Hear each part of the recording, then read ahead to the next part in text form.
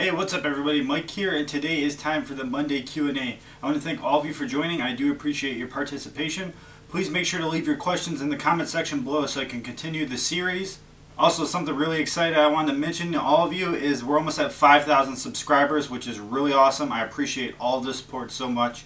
And like I said, my original goal when I started the channel was 100, so we've way surpassed that. It's really awesome. Thank you so much. When we hit 5,000, which should be at the end of this month, I'm going to do a massive giveaway and offer all kinds of awesome services to everyone. Just to help out, I'll probably do a bunch of free online seminars or one-on-one meetings or whatever else I can do.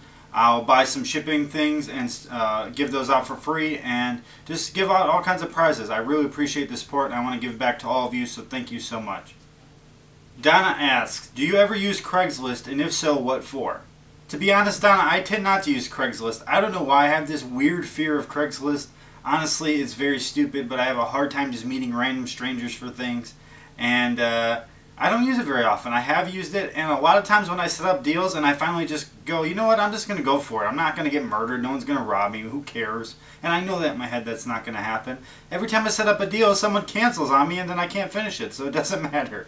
So honestly, I don't use Craigslist much, but maybe I will in the future. I don't know. Cardinal asked if he should open an eBay store before he has inventory that's selling and making money, or should he wait until the items prove that they're selling, and so they cover the fees of the store. He can then open it and buy new merchandise. And for me, I think this is a pretty easy answer. Obviously, you're going to want to open the store once you can afford to open it. If you have a second income, then go ahead and risk it. But make sure your product that you're going to sell has proven itself before you decide to open a store. And make sure you can keep up with a listing to fill the store. If you can't keep up enough listings to keep your listings to the max, then you're just wasting money anyways. And a lot of people do that, and they think they can keep up a listing. Listing 400 items a month by yourself is not that easy when you're very busy. So make sure you can cover all of your bases before you go ahead and make that decision to open a store. Dryza asks, what barcode app do you use at the thrift store if you use one?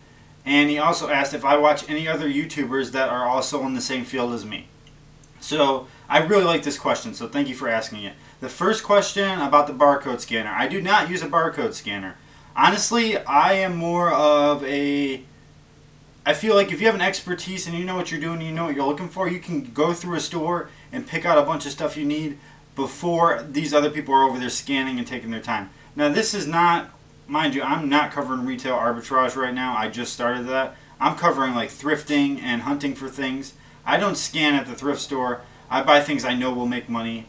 I never ever scan at the thrift store. Now if you're doing retail arbitrage, I can see it has its advantages, but for me it's like the people in the thrift store, they're sitting there scanning things really slowly. I already have a full cart of stuff, so I think expertise is so important in this field. If you can get a good expertise, you can run circles around other sellers. And a lot of people ask, well, why would you specialize in one thing like video games? I can walk into a thrift store in 10 seconds know if there's any video games worth money, if I should grab them, and I'll have them before anyone could even see them because I know a lot about video games.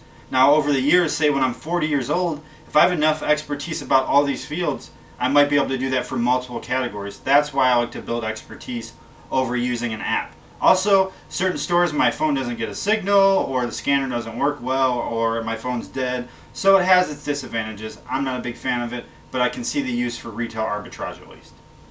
Now the second part of your question, I really do like, do I watch any other YouTubers in the same field? And the answer to that, I do watch a very few people in the same field.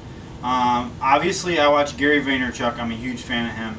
And I watch Entrepreneur Girl, I like her a lot, she seems really cool. And her videos are good. I think her videos have gone up in production value, and so they'll prove to be really useful in the future.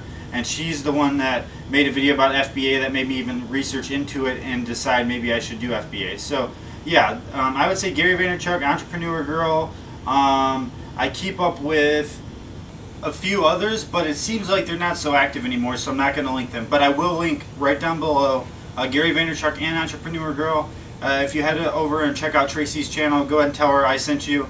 I don't know if she watches my videos or not, but I'm sure they would be informative to her and her crowd as well. So I really like that question. Thanks. I try to support other people in the community. I'm in multiple different groups on Facebook now. I help every day. And I really like the communities. There's a lot of people in the Reseller Society, like GillDaddy and all them, but honestly, I don't know, their videos aren't really my cup of tea. I'm not saying anything bad about them, it's just not the kind of thing I like to watch. I spend a lot more time worrying about executing and doing things than consuming media usually. The only media I have going constantly is Netflix while I'm working or music. So. And then the last question is from John. He asked about my thrift haul video, how I was going to sell those items, what format. And I think that's a good question to cover. I typically sell things by it now, but I realize I'm buying so low at the thrift store, it might pay off to auction most of it off, just turn it and make a profit. I mean, there's multiple items I paid less than $1 for. How could I lose money in an auction? I really can't. So I am strongly debating going more towards auctions and less towards buy it now for a lot of items. I haven't decided fully, but as of right now, most things are buy it now. I do have a bunch of auctions going this Sunday just because I wanted to try it out and see if that's a better format to turn this merchandise. Alright everyone, thank you for watching. Like I said, I appreciate the support. We're almost at 5,000 subs, so let all your friends know that sell online to come check out the channel and subscribe.